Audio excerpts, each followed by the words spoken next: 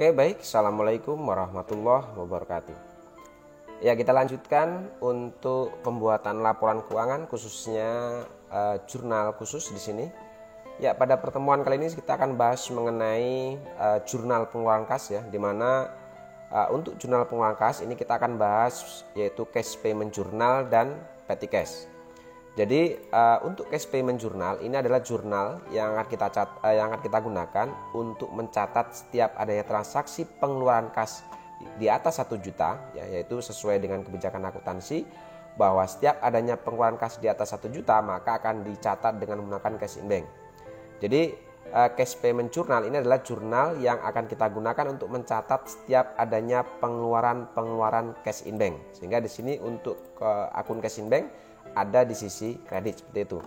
Nah, sedangkan untuk pengeluaran kas kurang dari 1 juta atau 1 juta maka akan dicatat dengan menggunakan kas kecil atau petty cash.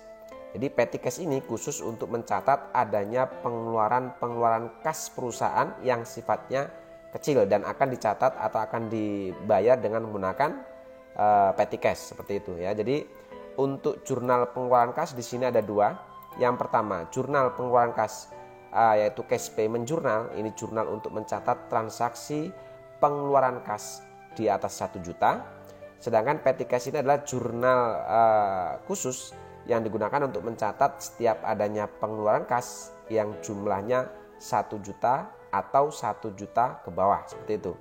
Oke, sekarang kita fokus dulu ke jurnal pengeluaran kas atau cash payment journal di sini. Jadi untuk mengisi jurnal pengeluaran kas cash payment journal, di sini kita akan coba cari dokumen-dokumen transaksi yang khusus pengeluaran kas. Sehingga di sini ciri-ciri dokumen transaksi pengeluaran kas yang menggunakan cash in bank pengeluarannya, maka kita akan cari bukti pengeluaran kas atau kita akan cari dokumen transaksi yang di situ adalah dokumen bukti pengeluaran kas. Itu yang pertama. Yang kedua, bukti pengeluaran kas yang kedua adalah jika ada di sini nota kontan, ya nota kontan, tetapi yang kopnya adalah perusahaan lain. Dimana kita tahu bahwa nota kontan ini adalah bukti transaksi tunai, tetapi apabila kop perusahaannya adalah perusahaan orang lain, berarti itu adalah transaksi pembelian secara tunai. Sehingga jika ada pembelian tunai, otomatis kita akan langsung mengeluarkan kas. Dengan adanya nota kontan yang kopnya perusahaan lain, maka akan kita catat di jurnal pengeluaran kas ini. Oke, baik, untuk mempersingkat waktu kita akan coba bahas dulu mengenai jurnal pengeluaran kas yaitu cash payment journal ini. Oke, di sini sudah saya siapkan untuk soalnya seperti biasa. Kita akan coba telusuri dokumen transaksi nomor 1 sampai selesai. Mana-mana dokumen transaksi yang bisa kita catat di dalam cash payment journal. Nah, di sini kita akan coba cari dokumen transaksi yang di situ bukti pengeluaran kas dan nota kontan tetapi yang kopnya perusahaan orang lain. Oke, sekarang kita akan coba telusuri mulai dari dokumen nomor 1. Oke, dokumen nomor 1 di sini langsung kita ketemu dengan bukti pengeluaran kas. Oke, berarti di sini untuk dokumen transaksi nomor 1 kita akan langsung catat di jurnal cash payment journal ini atau jurnal pengeluaran kas. Yang pertama kita masukkan tanggalnya dulu, kemudian invoice-nya atau nomor buktinya adalah BKK 12 step 1. Oke, keterangannya di sini kita mengeluarkan kas untuk membayar gaji karyawan bulan November. Oke, berarti di kolom description ini bisa kita kasih keterangan gaji karyawan bulan November. Oke, karena jurnal pengeluaran kas ini saya sarankan di sini kita akan mengisi dari kolom kredit. Oke, dari kolom kredit kita langsung fokus ke akun cash in bank atau kolom cash in bank ini. Di sini kita mengeluarkan jumlah 4.500.000. Maka berapapun jumlah yang kita keluarkan di dokumen pengeluaran kas ini, maka kita langsung nggak usah berpikir panjang, kita langsung masukkan aja di kolom cash in bank-nya yaitu 4.500.000. Lalu kemudian pertanyaannya adalah jumlah yang kita keluarkan 4.500.000 ini digunakan untuk apa? Di sini keterangannya adalah untuk pembayaran gaji karyawan bulan November. Sekarang kita masuk kolom debit. Di kolom debit itu ada akun atau ada kolom account payable dan ada kolom order. Account payable ini akan kita gunakan atau akan kita isi jika kita mengeluarkan uang ini untuk membayar hutang dagang. Nah, untuk dokumen nomor 1 karena kita mengeluarkan uang bukan membayar hutang dagang, tetapi di sini adalah untuk membayar gaji karyawan bulan November, maka untuk pembayaran gaji karyawan bulan November ini akan kita catat akunnya di kolom order ini. Oke, untuk gaji karyawan bulan November kita akan gunakan akun di sini expense payable, ya hutang biaya.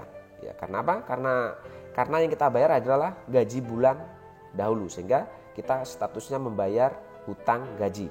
Karena di daftar akun tidak ada nama akun wages and salaries payable, maka kita gunakan akun hutang beban atau hutang biaya di situ. Oke, dengan nomor akun di sini adalah 21.200 dan totalnya sama, yaitu 4.500.000. Oke, seperti itu ya. Jadi sekali lagi saya jelaskan, jika kita mengeluarkan uang itu untuk membayar hutang dagang, maka yang kita isi adalah kolom account payable. Tapi jika kita mengeluarkan uang bukan untuk membayar hutang dagang tetapi untuk membayar yang lainnya, kita masuk kolom order. Sebutkan nama akunnya, sebutkan kode akunnya, kemudian kita isi jumlah totalnya. Oke, seperti itu untuk dokumen nomor 1. Oke, sekarang kita cari lagi untuk bukti pengeluaran kas yang lain. Kita masuk dokumen nomor 2. Ya, di sini ada voucher kas kecil ya, bukan, kita fokus ke bukti pengeluaran kas atau nota kontan di sini. Oke, kita cari di sini dokumen nomor 3, bukan, penerimaan di sini voucher juga bukan. Oke. Ya, fokus lagi ke bukti pengeluaran kas. Oke, di sini dokumen nomor 6 ada bukti pengeluaran kas. Oke, berarti dokumen nomor 1 atau tanggal 1, kemudian dokumen nomor 6 tanggal 6 ya, ini bisa kita input di sini. Sekarang kita akan coba catat di sini. Oke, yang pertama kita masukkan tanggalnya dulu ya, tanggal 6, kemudian di sini nomornya adalah BKK 12-2. Untuk keterangannya di sini adalah untuk pelunasan faktur. Ya, kita membayar hutang dagang statusnya berarti. Ya, membayar, jika keterangan di sini adalah pelunasan faktur, maka diingat-ingat berarti kita mengeluarkan uang itu untuk membayar hutang dagang. Oke, kita di sini membayar hutang kepada PT Plugor. Berarti di sini untuk deskripsinya kita bisa masukkan PT Plugor. Oke, lalu kita langsung ke kolom kredit. Kita masuk ke kolom cash in bank langsung di sini. Oke, di sini kita cari berapa uang yang kita keluarkan. Di sini kita keluarkan jumlahnya adalah 69.300.000. Ini langsung saja kita masukkan ke sini 69.300.000. Oke, lalu 69.300.000 ini digunakan untuk apa? Digunakan untuk membayar pelunasan faktur. Karena pelunasan faktur, ingat-ingat ya, jika keterangannya adalah pelunasan faktur, berarti kita membayar hutang dagang. Karena membayar hutang dagang, maka di sisi debit kita isi kolom yang account payable. Nah, untuk mengetahui berapa hutang dagangnya yang sebenarnya, kita coba cross check apakah betul yang kita terima ini jumlahnya sesuai dengan nilai piutangnya di sini. Nah, di sini kita lihat ini adalah pelunasan faktur tanggal 28 November. Berarti ini adalah transaksi yang terjadi bulan yang lalu. Nah, untuk mengetahui berapa nilai piutang yang muncul di bulan lalu, kita bisa daftar saldo ya, utang ya di sini, sorry. Kita lihat di daftar saldo utang atas nama PT Plugor, berarti yang ini. Oke, di sini kita lihat bahwa jumlah hutangnya di sini 69.300.000. Oke, berarti sudah sesuai yang kita keluarkan. Berarti untuk 69.300.000 ini kita masukkan jumlah hutang yang sebenarnya. Oke, seperti itu ya. Itu untuk dokumen transaksi nomor berapa tadi? Nomor 6 ya. Oke, ini adalah bukti pengeluaran kas dokumen nomor 6. Oke, sekarang kita lanjutkan untuk menelusuri dokumen transaksi yang lainnya. Oke, dokumen nomor 7 di sini ada nota kredit, berarti bukan. Oke, voucher bukan. Oke, untuk dokumen nomor 9 di sini kembali ada bukti pengeluaran kas. Oke, di sini pengeluaran kas tanggal 9 kita langsung masukkan saja di sini tanggal 9. Nomornya di sini adalah BKK 12-3. Kemudian di sini keterangannya adalah kita kembali melunasi hutang. Ada keterangan pelunasan faktur. Kita melunasi hutang kepada PT Alex Persada. Oke, kita masukkan deskripsinya PT Alex Persada. Lalu kita langsung masuk ke kolom kredit, kita fokus di kolom cash in bank ini. Oke, sekarang untuk pengeluaran kas tanggal 9 di sini kita melunasi hutang kepada PT Alex Persada itu 251.900.000. Oke, berarti kita langsung masukkan di kolom cash in bank ini. Oke, baru kita masuk ke kolom debit. Di sini sudah kita tahu bahwa ini adalah pelunasan faktur, berarti melunasi hutang dagang. Berarti kita isi atau kita akan masuk ke kolom account payable ini. Nah, di sini kita lihat bahwa ini adalah pelunasan faktur tanggal 23 November. Nah, untuk memastikan berapa nilai hutang dagangnya, ya sorry tadi untuk yang pertama salah menyebut ya untuk piutang. Jadi untuk mengetahui berapa nilai hutang dagang kita kepada PT Alex Persada, kita bisa lihat bahwa ini terjadi transaksi di bulan lalu.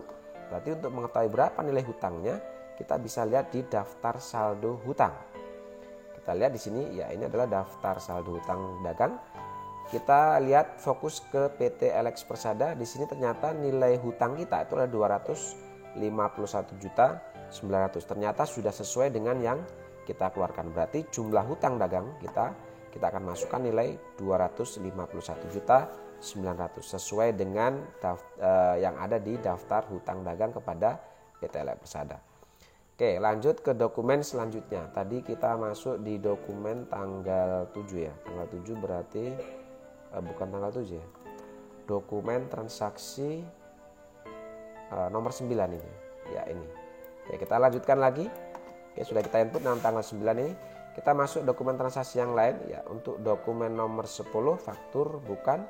Ini nota kredit juga bukan. Oke, ini 12 penerimaan. Oke, ini nota kontan. Tetapi di sini yang kita cari adalah nota kontan yang kopnya perusahaan orang lain yang transaksi pembelian secara tunai. Dokumen nomor 13 ini adalah nota kontan kopnya perusahaan sendiri. Artinya jika nota kontan kop perusahaan sendiri ini adalah penjualan secara tunai. Berarti ini tidak bisa kita catat di sini di jurnal pengeluaran kas karena ini adalah penerimaan kas. Oke, lanjut ke dokumen nomor 13 bukan. Oke, di sini ada dokumen nomor 15. Oke, sekarang kita catat di sini, kita masukkan tanggalnya, tanggal 15. Buktinya adalah BKK 12/4. Oke, di sini keterangannya kita membayar PPN untuk bulan November. Oke, membayar PPN. Jadi kita masukkan keterangan atau deskripsinya PPN bulan November. Oke, sekarang kita baru masuk ke kolom kredit. Kita langsung kolom kredit, fokus ke cash in bank. Di sini kita membayar atau mengeluarkan uang jumlahnya 3.500.000. Langsung kita catat ke sini.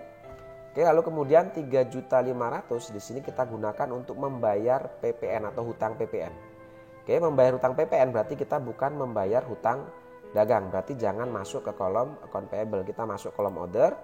Oke, kita sebutkan bahwa untuk hutang PPN di sini kita akan gunakan akun PPN payable dengan kode akun 2/1400. Nilainya sama dengan yang kita keluarkan yaitu 3.500.000. Oke, lanjut ke dokumen nomor 16. Oke, di sini kembali ada pengeluaran kas ya.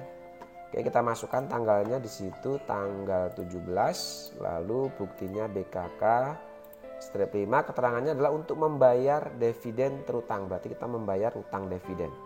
Oke, kita masukkan deskripsinya adalah dividen terutang. Oke, baru kita masuk ke kolom cash in bank di sini.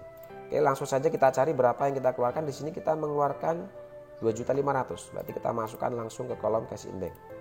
Ya, jadi tidak usah berpikir panjang. Lalu di sini 2.500.000 kita gunakan untuk membayar utang dividen. Oke.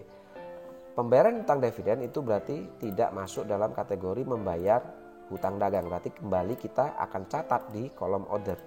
Oke, membayar utang dividen kita akan gunakan akun dividen payable dengan kode akun di situ adalah 2/1600, nilainya sama dengan yang kita keluarkan 2.500.000 rupiah. Oke, lanjut ke dokumen nomor 17. Di sini ada faktur bukan. Oke, dokumen 18 ya. Dokumen nomor 18 di sini kita akan masukkan tanggalnya tanggal 18. Buktinya di sini BKK 12/6. Di sini kita melunasi faktur, berarti membayar utang dagang kepada PT Plugrod kembali. Oke, kita masukkan PT Plugrod keterangannya atau deskripsinya. Langsung kita masuk ke kolom cash in bank di sisi kredit. Di sini kita mengeluarkan 411.400.000. Langsung kita masukkan di sini. Ya, mengeluarkan 411.400.000. Digunakan untuk melunasi faktur. Berarti kita mengeluarkan untuk membayar hutang dagang. Oke, di sini keterangannya adalah pelunasan faktur tanggal 10 Desember dikurangi dengan retur pembelian. Nah, sekarang kita coba hitung. Ini adalah pembayaran hutang dagang yang terjadi transaksi tanggal 10. Kita lihat tanggal 10. Transaksi tanggal 10 kita lihat apakah betul di situ kita membeli barang kepada PT Plugrod.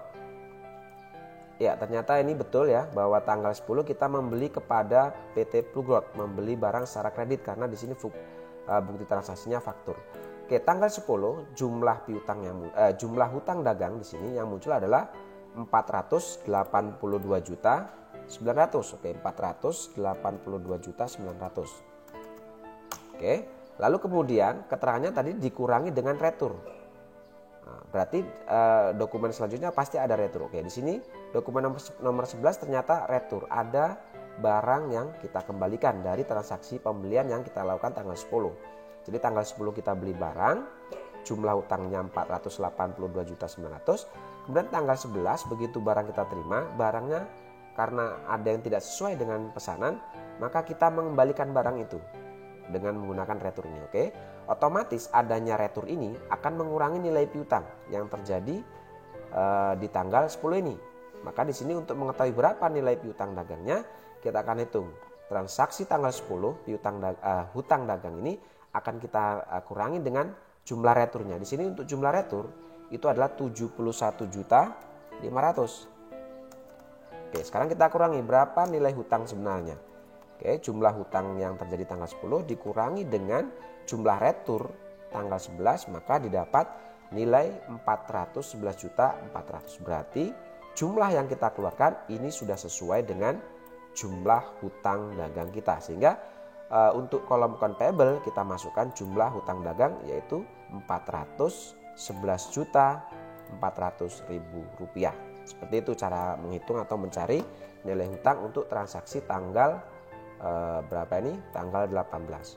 Oke, sekarang kita lanjutkan. Tadi sampai di dokumen transaksi tanggal 18 ya. Oke, kita cari dulu. Ya, ini tadi yang ini ya. Oke, dokumen nomor 18. Oke, sekarang kita masuk ke dokumen nomor 19. Oke. Nomor 11 ada bukti penerimaan kas bukan? 20. Ini ada faktur juga bukan? Oke, dokumen nomor 21 ada pengeluaran kas kembali di sini. Kita masukkan dokumen transaksi nomor 21. Di sini adalah tanggal 23. Dokumennya nomornya adalah BKK 12T7. Di sini kita kembali melunasi faktur, membayar hutang dagang kepada CV Tulus Jaya. Oke, langsung kita masuk ke cash in banknya. Berapa yang kita keluarkan? Di sini kita mengeluarkan 214.500.000 untuk membayar hutang dagang yang terjadi tanggal 20 November kepada CV Tulus. Sekarang kita cek untuk mengisi atau untuk memastikan berapa nilai hutang dagang kita yang sebenarnya. Kita cek karena ini terjadi transaksinya di bulan sebelumnya, maka untuk mengetahui berapa nilai account payable atau mengetahui berapa nilai hutang dagang kita akan cari di daftar hutang dagang kita. Oke, kita lihat di sini di saldo hutang dagang kepada CV Tulus Jaya. Ternyata di sini jumlahnya adalah 214.500.000. Ternyata sesuai dengan yang kita keluarkan. Oke, berarti di sini jumlah hutang dagangnya itu adalah sama, yaitu 214.500.000. Oke, itu transaksi nomor tanggal 23. Oke, kita lanjutkan. Berarti yang ini tadi ya, nomor 21. Kita lanjutkan untuk dokumen nomor 22. Ini ada bukti penerimaan bukan, voucher juga bukan. Oke, di sini faktur bukan, faktur lagi.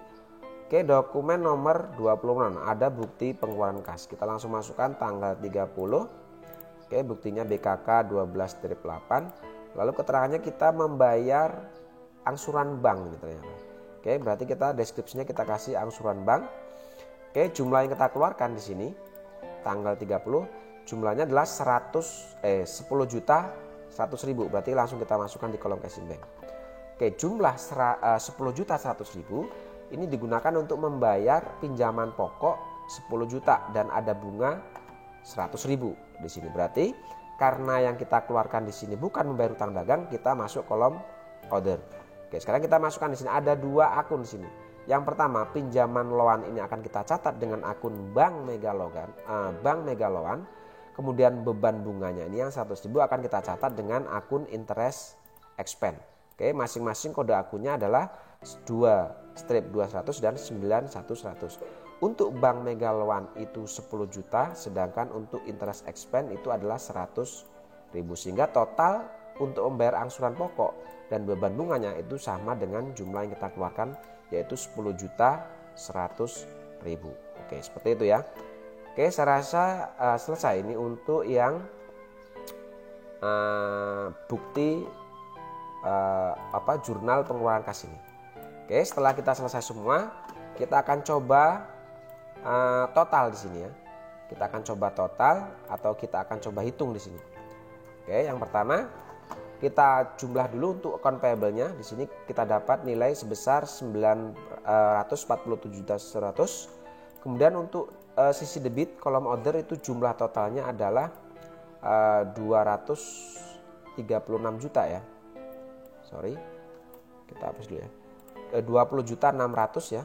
Kemudian di sisi kreditnya untuk cash in bank-nya jumlahnya adalah 967.700. Ordernya kosong karena tidak ada akun di kolom order ini. Oke, lalu kita masukkan untuk kode akun account payable itu adalah 21100. Untuk order masing-masing di sini akunnya sudah ada, kode akunnya sudah dicatat di dalam kolom order. Kemudian cash in bank kode akunnya adalah 1/1100. Oke, setelah kita sudah melengkapi semua cash payment journal atau jurnal pengeluaran kas ini, kita akan coba masukkan rekapitulasi atau kita buat data rekapitulasi yang fungsinya untuk merekap kode-kode akun yang muncul di sisi debit dan di sisi kredit. Oke, sekarang kita mulai coba akan masukkan kode akun yang ada di sisi debit dulu. Oke, di sisi debit di situ ada akun, muncul akun 1 ya untuk account payable, 2, 3, 4, 5, 6. Ada 6 akun muncul di sisi debit, sedangkan di sisi kredit hanya ada 1 akun, yaitu hanya akun cash in bank. Oke, di sisi debit ada 6 akun, kita akan coba susun sesuai dengan kode akun terkecil. Di sini kita lihat kode akun terkecil adalah untuk kode akun account payable, yaitu 2/1100. Jumlahnya di sini adalah kita ambil dari sini ya, 947.100. Kemudian yang kedua kita masukkan untuk yang expense payable, ini kode kecil kedua ya, kita masukkan expense payable. Oke, jumlahnya di sini adalah 4.500.000. Kemudian yang ketiga di sini adalah ada PPN payable ya, 2.400.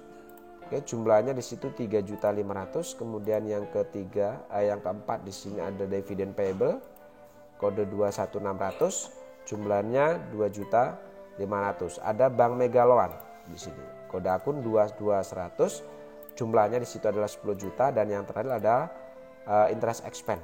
Oke, 9.100 dengan jumlah 100.000. Oke, kemudian di sisi kredit di sini hanya ada 1 akun, yaitu cash in bank. Kita masukkan kode akun cash in bank di sini yaitu 1/1100. Totalnya ini kita ambil dari jumlah ini, 967.700. Oke, baru kita akan hitung total di sisi debit dan di sisi kredit. Setelah dihitung di sini kita dapat total untuk debit adalah 967.700 dan di sisi kreditnya pun sama, 967.700.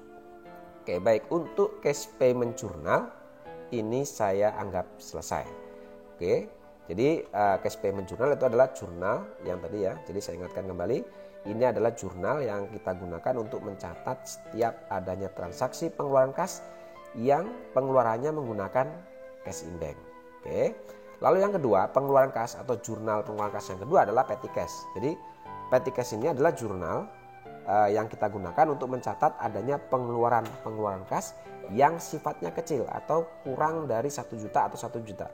Jadi sesuai dengan kebijakan akuntansi yang ada di perusahaan PT Cemerlang ini, jika perusahaan mengeluarkan uang di atas 1 juta, ini kita catat di jurnal pengeluaran kas yaitu cash payment journal. Sedangkan jika perusahaan mengeluarkan kas yaitu jumlahnya 1 juta atau kurang 1 juta, maka akan kita catat di jurnal petty cash. Nah, sekarang pengeluaran kas yang akan kita catat di jurnal petty cash ini adalah kita cari dokumen transaksi di situ yang dokumen voucher kas kecil. Jadi kita cari dokumen-dokumen transaksi di sini yang voucher kas kecil akan kita catat di sini. Jadi semua transaksi voucher itu adalah transaksi yang artinya pengeluaran kas yang kurang dari 1 juta atau 1 juta. Makanya di sini kita akan coba telusuri dokumen nomor 1 sampai selesai. Yang di situ dokumen transaksinya adalah dokumen voucher kas kecil sesuai dengan ciri-ciri dokumen yang masuk di jurnal petty cash ini yaitu voucher kas kecil. Oke, sekarang kita akan coba telusuri, kita langsung saja kita kerjakan di sini. Kita akan telusuri dokumen-dokumen mana yang masuk kategori voucher kas kecil ini. Oke, dokumen nomor 1 bukan. Oke, dokumen nomor 2 ada voucher ya. Jadi dokumen nomor 2 ini bisa kita masukkan karena ciri-cirinya sama yaitu voucher kas kecil. Berarti dokumen nomor 2 ini adalah pengeluaran kas yang kurang dari 1 juta. Oke, sekarang kita analisa untuk dokumen transaksi nomor 2 ini. Ya, kita masukkan tanggalnya, yaitu di situ tanggal 2 Desember ya. Kemudian untuk nomor buktinya V12-1. Oke, di sini kita mengeluarkan untuk pembayaran untuk pembuatan brosur di sini. Oke, untuk pembuatan brosur. Oke, kita masuk ke sisi kredit di sini kita mengeluarkan petty cash ini sebesar 725.000. Ya, seperti ini. Oke, 725.000 ini digunakan untuk pembuatan brosur. Nah, pembuatan brosur ini akan kita catat di sisi debit dengan menggunakan akun advertising expense. Kode akunnya adalah 600.000, kemudian totalnya sama dengan yang kita keluarkan. Oke, itu dokumen nomor 2. Sekarang kita lanjut ke dokumen selanjutnya. Ya, kita fokus ke voucher kas kecil ya. Oke, kembali dokumen transaksi nomor 4. Di sini ada voucher kas kecil. Keterangannya adalah untuk rekening listrik bulan November. Ini besarannya lebih dari 1 juta ya. Kita mengeluarkan 2.865.000. Mestinya ini tidak kita catat di jurnal kas kecil, ini harusnya kita catat di jurnal pengeluaran kas. Oke, maka karena yang dikeluarkan di atas 1 juta sesuai dengan kebijakan akuntansinya yang ada di perusahaan PT Cemerlang, maka setiap adanya pengeluaran kas di atas 1 juta maka akan dicatat di jurnal pengeluaran kas ini. Sehingga mestinya ini dokumennya bukan voucher kas kecil tetapi bukti pengeluaran kas ini harusnya ya. Ini sedikit saya koreksi, bukti pengeluaran kas. Ya, ini harusnya dicatat di jurnal cash payment journal ini. Oke, kita langsung saja kita masukkan di sini karena sesuai prosedur kebijakan akuntansi bahwa ini pengeluaran di atas 1 juta maka harus kita catat di jurnal pengeluaran kas. Oke, sini saya letakkan di paling bawah ya karena di atas sudah rapi. Oke, tanggal 4 kita gunakan, kita lanjutkan dari sini ya, BKK 12. BKK 12-9 di sini ya. Oke, keterangannya di sini adalah untuk listrik dan telepon di sini. Listrik dan telepon bulan November. Ya. Oke, di sini kita mengeluarkan 2.865.000 kasnya. Oke, 2.865.000. Oke, di sini karena statusnya kita membayar listrik dan telepon bulan sebelumnya, maka di sini kita akan catat dengan menggunakan utang biaya atau expense payable ya. Kita gunakan akun expense payable, kodenya masih sama 2/1 200. Jumlahnya sama yaitu 2.865.000. Ya, otomatis di sini jumlahnya bertambah karena ini menggunakan rumus. Kita lihat ke bawah untuk data rekapitulasinya apakah berubah. Oke, di sini pun sudah berubah.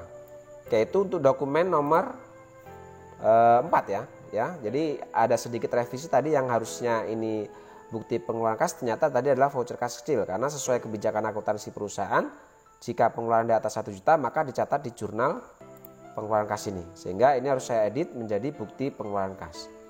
Oke, sekarang kita lanjut dokumen transaksi berikutnya. Nomor 5 bukan, nomor 6 juga bukan. Oke, nomor 7 di sini juga bukan, nomor 8. Oke, nomor 8 di sini ada transaksi pengeluaran kas kecil di sini. Tanggal 9 kita masukkan langsung saja. Dokumennya nomornya adalah V12-3. Keterangannya untuk pembelian perlengkapan. Oke, untuk pembelian perlengkapan ini kita mengeluarkan petty cash ini sebesar 600.000. Ya, 600.000. Oke, adanya pengeluaran kas 600.000 untuk pembelian perlengkapan. Di sini akan kita catat akunnya di sisi debit, kita gunakan akun store surprise. Ya, kode akun 1600, totalnya sama 600 dengan yang kita keluarkan. Itu dokumen nomor 8. Lanjut ke dokumen nomor 9 bukan, nomor 10 juga bukan. Ini bukan. Oke, kita fokus ke voucher kas kecil ya. Kita cari dokumen voucher kas kecil. Dokumen voucher kas kecil ini ada di transaksi. Oke, ada di dokumen transaksi nomor 23. Kembali ada voucher kas kecil. Oke, kita langsung masukkan tanggal 26.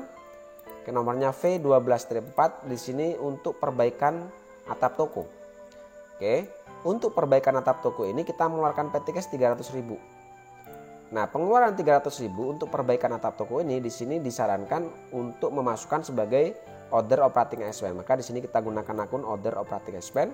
Kode akunnya adalah 1.800. Jumlahnya di sini 300 sama dengan yang kita keluarkan. Oke, itu dokumen nomor 23. Oke, apakah masih ada? Oh, ternyata tidak ada. Selesai berarti ya. Berarti untuk petty cash di sini hanya ada 3 transaksi yaitu tanggal 2, tanggal 9 dan tanggal Oke, kalau sudah selesai semua dokumen kita input ke sini, kita akan lengkapi. Kita akan jumlahkan decisor debit, totalnya kita dapat 1.625, petty cash pun sama. Oke, di sini untuk kode akun petty cash kita letakkan di bawahnya. Sedangkan decisor debit di sini kode akun masing-masing sudah tertera di kolom account number. Oke, baru setelah ini baru kita akan buatkan data rekapitulasinya. Oke, decisor debit di sini ada 3 akun. Kita akan susun di sini di data rekapitulasi kode akun sesuai kode akun terkecil ya. Yang pertama adalah mulai dari 1 strip 1600, jumlahnya di sini adalah 600.000. Kemudian yang kedua itu adalah 6.000 dengan jumlahnya di sini adalah 725.000 dan yang terakhir 6.800, jumlahnya adalah 300. Sedangkan di sisi kredit di sini hanya ada 1 akun yaitu petty cash. Kita masukkan kodenya di sini yaitu 1 strip 1200, jumlahnya kita ambil dari sini 1.625. Baru kita jumlahkan untuk total debit dan kredit sehingga jumlahnya sama.